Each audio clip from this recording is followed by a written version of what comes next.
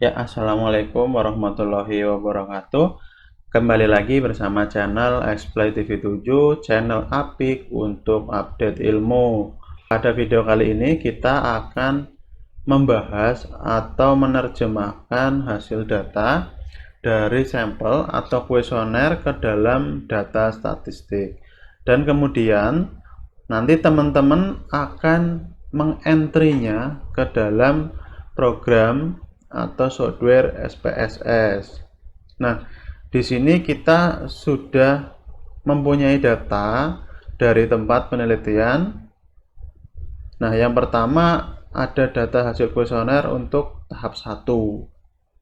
Nah, sebelumnya kita lihat dulu ya, kuesioner tahap 1 itu seperti apa, kuesioner tahap 2 itu seperti apa.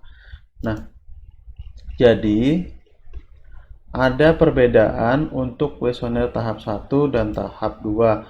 Untuk kuesioner tahap 1, di mana pada kuesioner tahap ini bertujuan untuk mengkonfirmasi terhadap variabel yang akan kita ujikan dengan sistem eliminasi. Jadi variabel yang di sini yang tidak dianggap sesuai nanti akan tereliminasi. Atau ada hal-hal yang pernyataan-pernyataan di kuesioner tahap 1 ini kurang, maka pakar akan merekomendasikan untuk ditambahkan itu.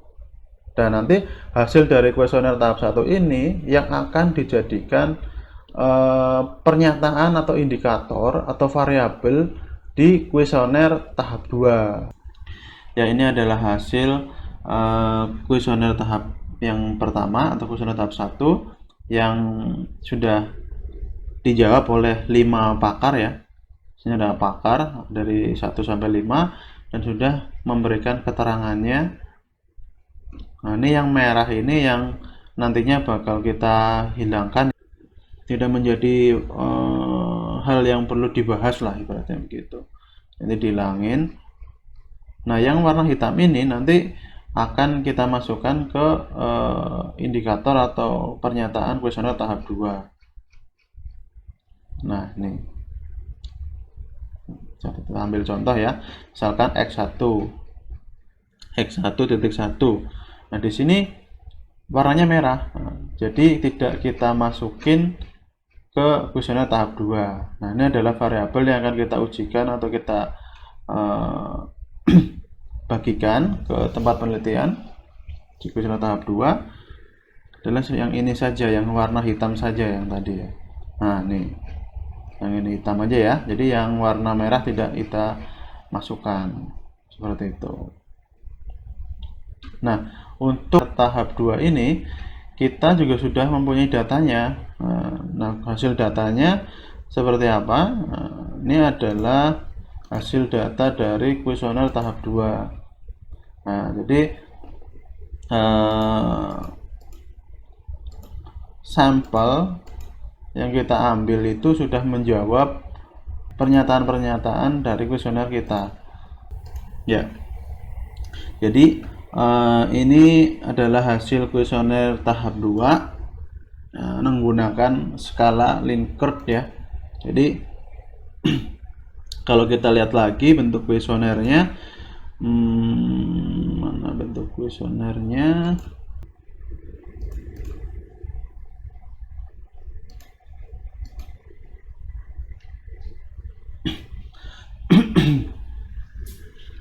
Nah, ini adalah bentuk kuesionernya. Jadi skala Likert itu ada 1 sampai 5 ya. Nah, dari jawaban yang ada di sini ini kan ada 5, ada jawaban 4, 3, 2, 1. Maksudnya apa? Nah, kita lihat di kuesioner di sini itu ada jawaban 1 sampai 5 ya. Nah, masing-masing jawaban 1 sampai 5 ini memiliki keterangan yang berbeda-beda. Ini adalah skor ya. Skor yang diambil dari kuesioner tahap 2. Tuh. Nah, karena kita sudah mendapatkan datanya, kita langsung saja entry ke dalam program SPSS-nya. Nah, kita langsung buka saja ke program SPSS-nya. Nah, ini ada programnya. Nah, kita tunggu sebentar.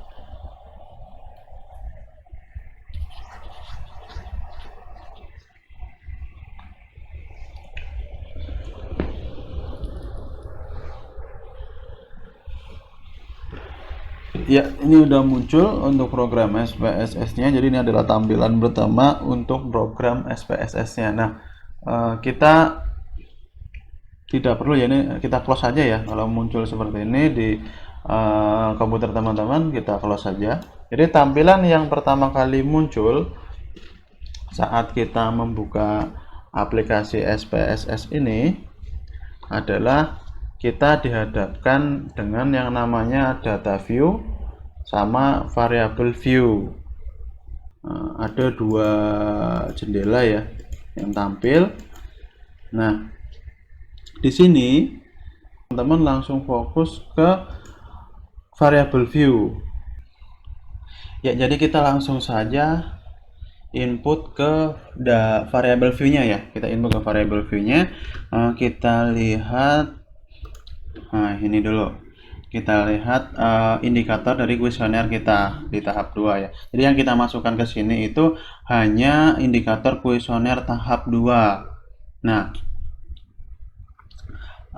di sini ada banyak ya pernyataan-pernyataan indikator yang kita ajukan atau kita tanyakan ke responden kita di tempat penelitian.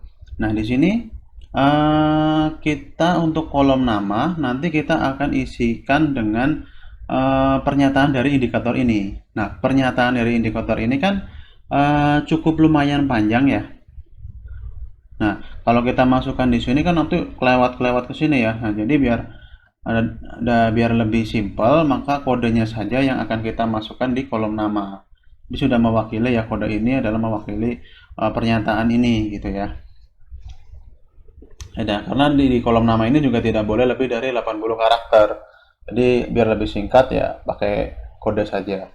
Nah, jadi untuk mempersingkat waktu langsung saja. Kebetulan ini udah kayak masukkan di Excelnya ya untuk jawaban dari setiap pernyataan-pernyataan ini dari responden yang kita dapetin di tempat penelitian. Nah, ini adalah data Excelnya. Jadi langsung kita buka saja. Nah, ini adalah data Excelnya. Nah, nanti kita akan masukkan di sini. Ini adalah namanya ya, perwakilan nama atau kode dari pernyataan yang akan kita masukkan ke kolom sini. Jadi langsung kita masukin saja ya. Nah, jadi ini kita kecilin saja biar lebih enak melihatnya. Nah, di sini ada X1 sampai X berapa nih? X5 ya. Nah, X1 sampai X5. Oke, kita masukkan saja.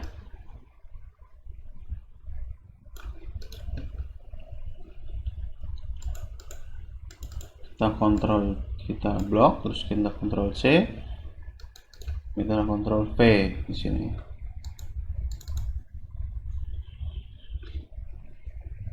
Titik 3, 1.4 ya, 4, 1.5, 1.6,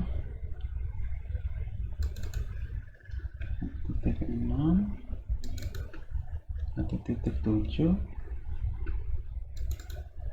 1.9. Nah, sumnya kita masukin juga ya. Jadi kita masukin saja ini. Kita pastein sumnya. Ya. Oh, tidak mau. Nah, jadi untuk SPSS ini tidak mau menggunakan tanda seperti ini ya, minus seperti ini ya, atau strip ya. Jadi harus kita pindahkan ke bawah karena dia mewakili sebuah nama ya. Nah, ini baru mau kan. Nah, seperti kita input lagi X2 nya.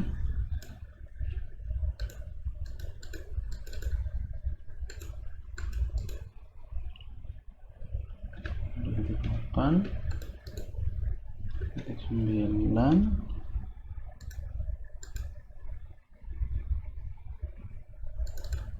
X2 titik 11. Nah, Gini baru sumnya X2. Terus untuk X3 kita geser,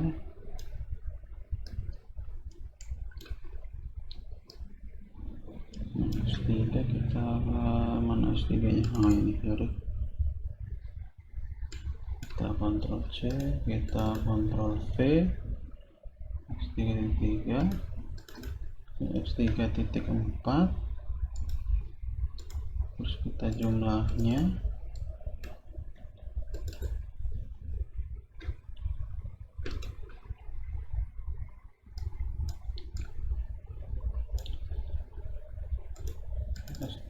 untuk X4 nya kita masukkan,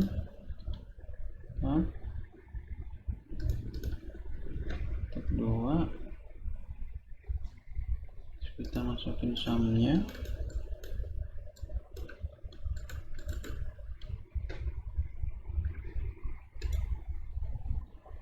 ini untuk X5 nya kita Ctrl C, kita Ctrl V lagi di sini.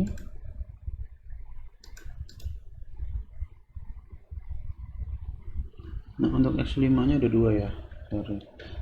Nah ini masukin, terus kita sumnya masukin lagi ya, X5 nya. Nah, jadi kita udah input ya dari X1 sampai X5. Kita cek lebih dahulu, kita cek lagi, siapa tahu ada yang lewat ya.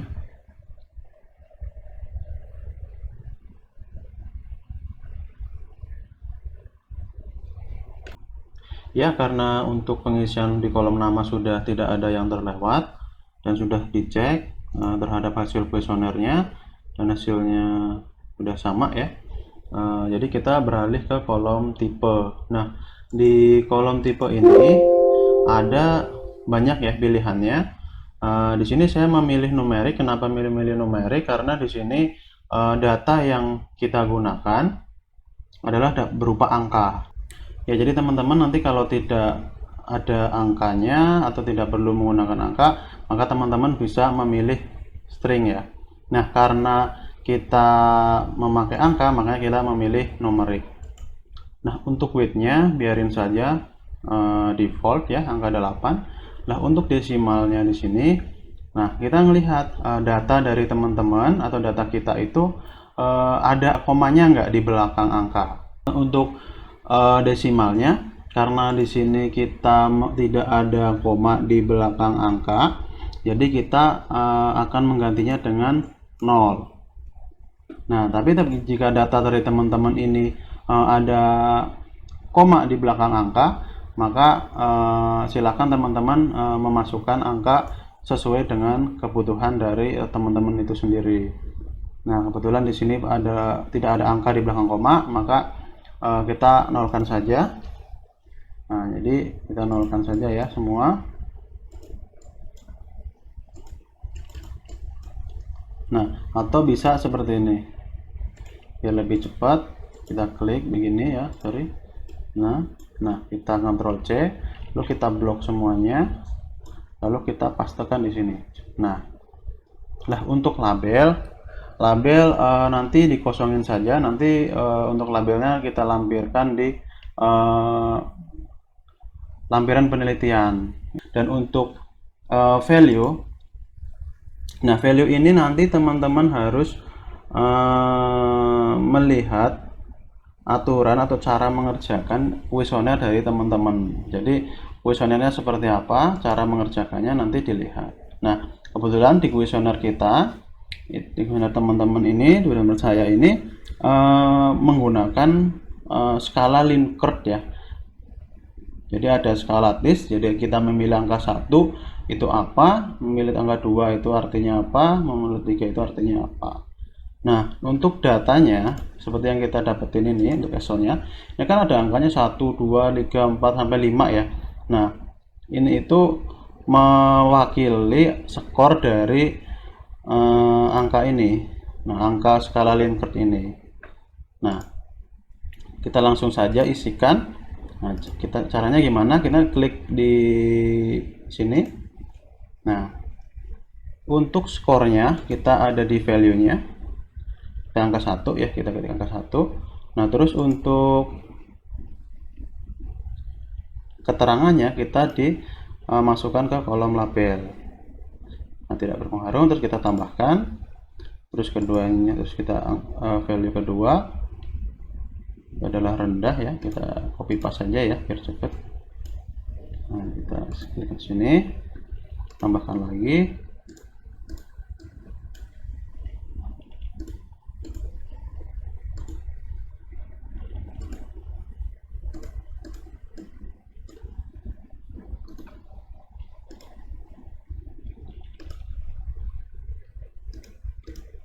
Yang terakhir adalah sangat tinggi, kita masukkan angka 5.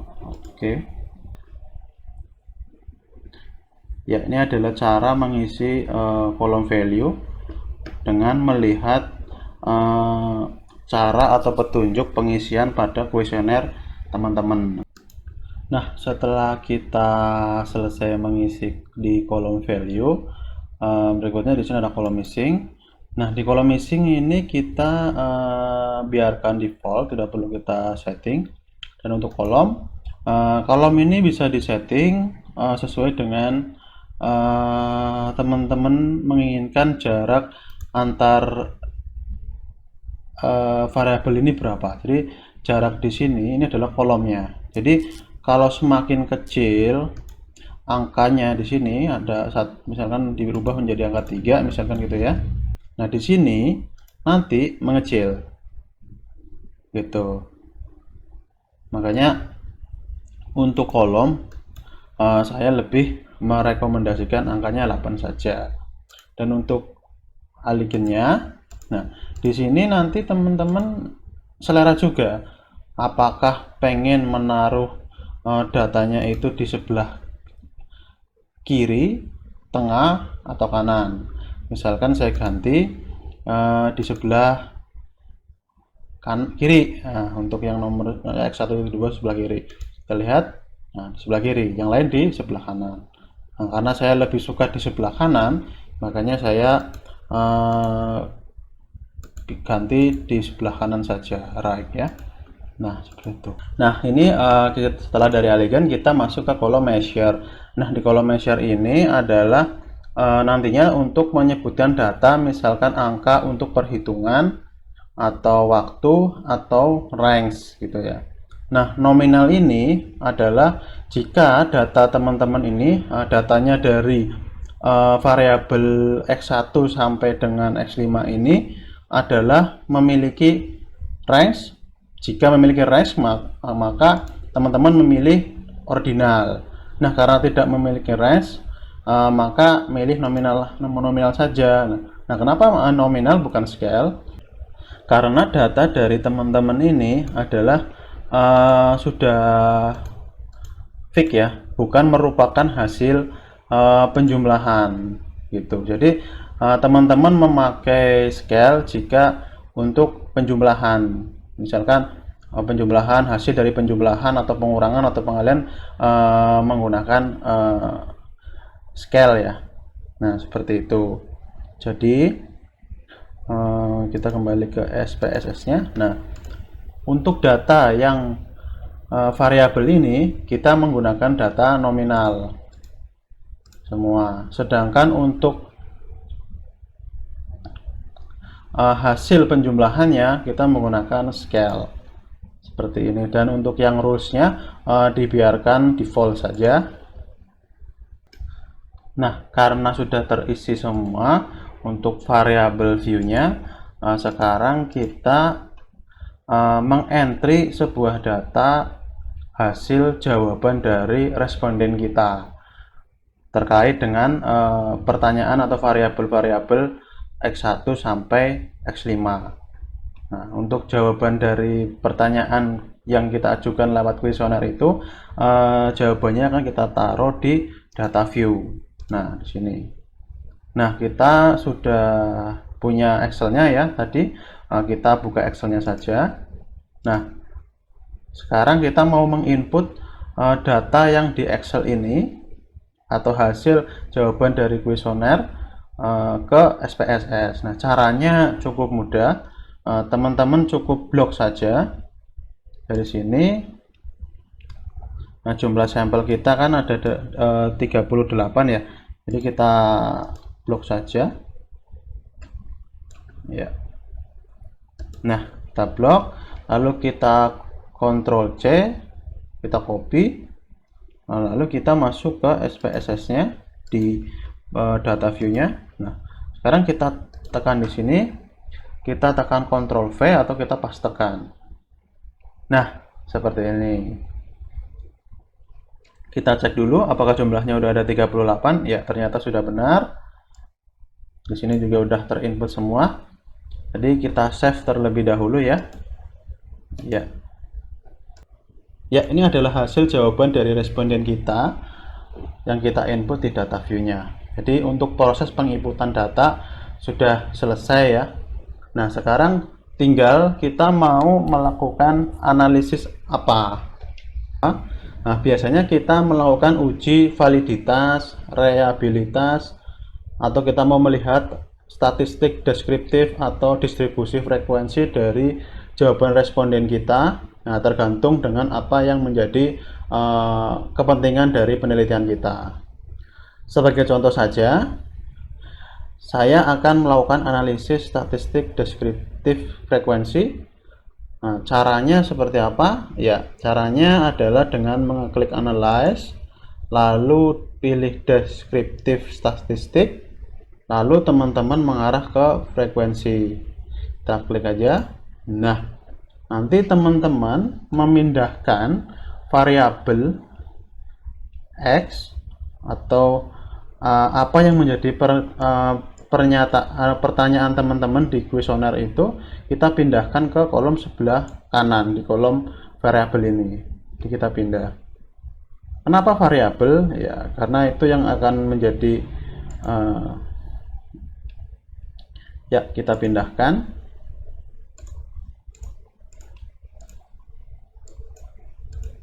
Untuk penjumlahannya atau sumnya tidak perlu ya.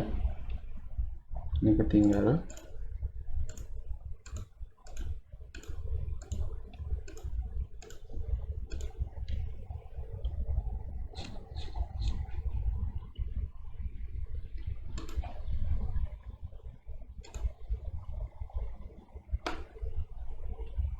Ya, setelah itu kita mau memberi apa?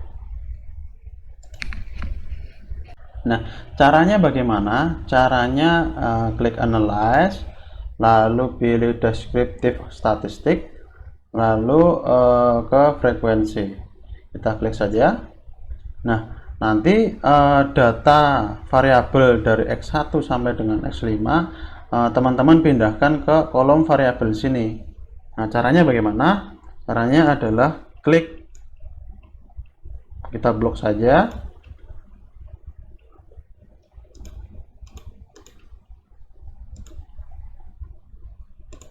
Untuk sumnya atau penjumlahannya tidak perlu ya. Nah, kita pindah ke sebelah kanan. Nah, jika teman-teman pengen menampilkan sebuah chart, klik sini saja, klik di chart saja. Nanti teman-teman bisa memilih mau bar chart atau pill chart atau histogram. Nah, sekarang saya pengen menampilkan histogram misalkan. Ya, kita klik histogramnya, lalu kita show notifikasi kurvanya, lalu kita klik continue. Nah, sekarang pemilihan chartnya sudah, lalu kita langsung klik OK saja. Nah, ini adalah proses, kita tunggu sebentar. Nah, ini adalah hasil frekuensi statistik deskriptifnya dari masing-masing variabel. Bisa dilihat frekuensinya bagaimana. Nah, histogramnya tadi di mana? Nah, biasanya di bagian paling bawah. Nah, ini ada histogramnya ya, ada chartnya juga. Masing-masing dari variabel ini dibuat histogramnya gitu. sampai bawah sampai Y berarti. Nah, ini sampai Y ya. Nah, untuk penjelasannya seperti apa, terus analisis apa saja yang akan kita lakukan nantinya, nanti akan kita bahas di pertemuan yang berikutnya. Jadi saya rasa cukup untuk proses penginputan data dari responden ke SPSS. Jadi cukup sekian. Jika video ini bermanfaat, jangan lupa klik tombol subscribe dan share ke teman-teman kalian.